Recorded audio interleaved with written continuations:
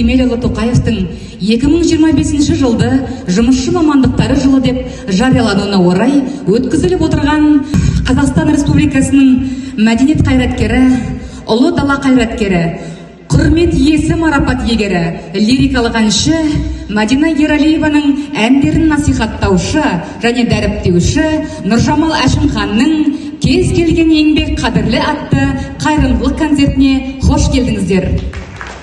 Олаңыздар.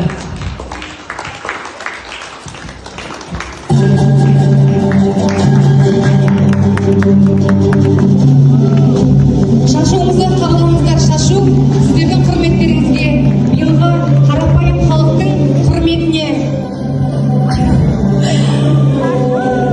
арналған шашуларыңызды қабылдаңыздар. Өмірлеріңіз осындай тәтті болсын, еңбектеріңіз әрқашанда биіктен көріне берсін, еңбектеріңіз елене берсін, ал өздеріңізге арналады қабылдаңыздар. Осындай ән кештеріңіз көп болсын, қайырымды жандар өмірлеріңізде көп болсын.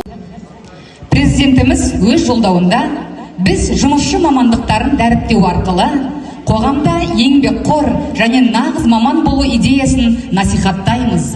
Адал әрі табанды еңбегімен табысқа жеткен адамдар қашанда құрметті, қашанда сыйлы болу керек.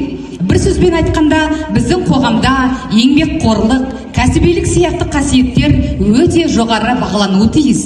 Өз кәсібін жетік меңгерген мамандар ұлт сапасын арттырады. Жұмыстың жаманы жоқ, кез келген еңбек қадірлі деген еді. Мемлекет басшысының бұл бастамасы жастарды жұмысшы мамандықтарға бағыттау.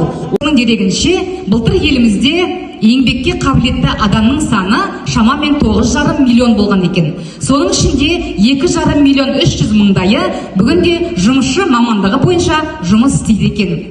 Жұмысшы мамандықтарына қандай кісілер жатады? Жұмысшы мамандықтарына көлік және байланыс саласы, құрылыс және өндіріс, қызмет көрсету, ауыл шаруашылығы және орман шаруашылығы,